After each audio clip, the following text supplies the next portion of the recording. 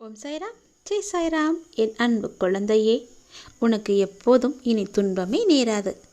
நீங்கள் எங்கிருந்தாலும் எதை செய்தாலும் அவை எல்லாவற்றையும் நான் அறிந்திருக்கின்றேன். உங்களை ஆட்டுவிப்பவன் நான் தான்.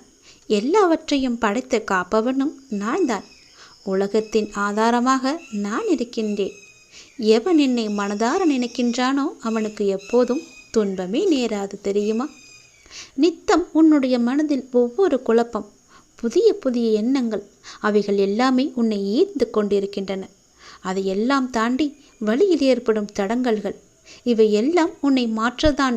அதை நீ தெளிவாக புரிந்து கொள். அந்த மாற்றத்திற்கு உன்னை ஈடுபடுத்தி கொள்ளாதே.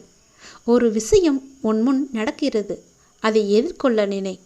அதை விட்டுவிட்டு அதை பார்த்து எப்படி தப்பித்து ஓடலாம் என்று நினைக்காதே. தப்பித்து ஓட பார்த்தால் அது உன்னை துரத்துதான் செய்யும். நீயும் ஓடும் ஒவ்வொரு தருவாயிலும் அதனால் உனக்கு வழிகளுக்கும் ஆளாவாய். உனக்கும் வலிக்கும். அதிலிருந்து நீ எப்படி தப்பிக்கலாம் என்று யோசிக்கக்கூடாது. அதை எப்படி முன்னின்று அதை எதிர்த்து அதிலிருந்து நாம் தாண்டி வர வேண்டும் என்று ஒரு நொடி நீ யோசிக்க வேண்டும்.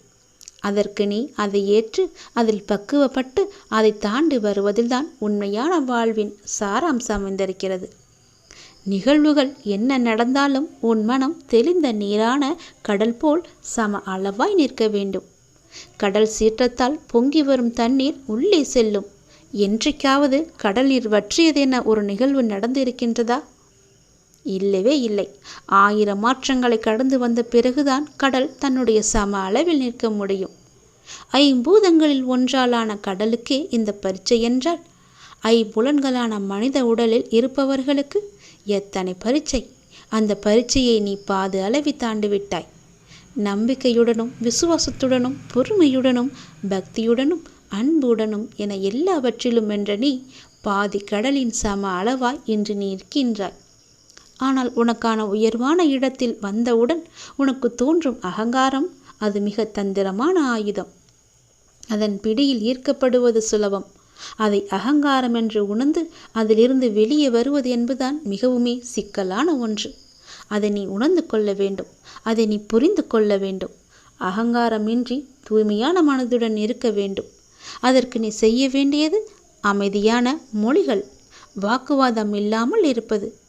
ஏவிய அம்புகளுக்கு குறிக்கோள் என்பது ஒரு திசைதான். ஆனால் ஏவப்படாத அம்புகளுக்கோ நிறையவே குறிக்கோள்கள் இருக்கும். குறிக்கோளான திசையை இருக்கும் வழிகள் அதிகம். என்றைக்கும் தன்னை ஒரு இடத்தில் தாழ்த்தி நினைப்பவர் வாழ்வில் உயர்ந்து நிற்பார். அதை நினைவில் வைத்துக்கொள். உன்னை நீயே எப்போதும் மட்டம் தாழ்த்தி பேசக்கூடாது. உன்னை நீயே குறைவாக எண்ணக்கூடாது. உன்னை நீ எப்போதும் உயர்வாகவே நினைக்க வேண்டும். ஒரு படி மேலேயே உன்னுடைய எண்ணங்கள் இருக்க வேண்டும். அப்பொழுதுதான் உன்னால் எதையுமே சாதித்து காட்ட முடியும். பிரச்சனை என்று ஓடிவிட்டால் அது உன்னை துரத்தி கொண்டுதான் இருக்கும். துரத்த துரத்த உனக்கு வலிதான் அதிகமாக இருக்கும். ஒரே ஒரு முறை ஓடாமல் நின்று திரும்பிப்பார். அது உன்னை பார்த்து அது ஓட ஆரம்பிக்கும். அப்புறம் பிறகு உனக்கு சந்தோஷம்தானே? உன் வாழ்வில் நிம்மதிதானே? இனி எல்லாமே உனக்கு நல்லதாக நடக்க நான் சொல்வது போல செய்.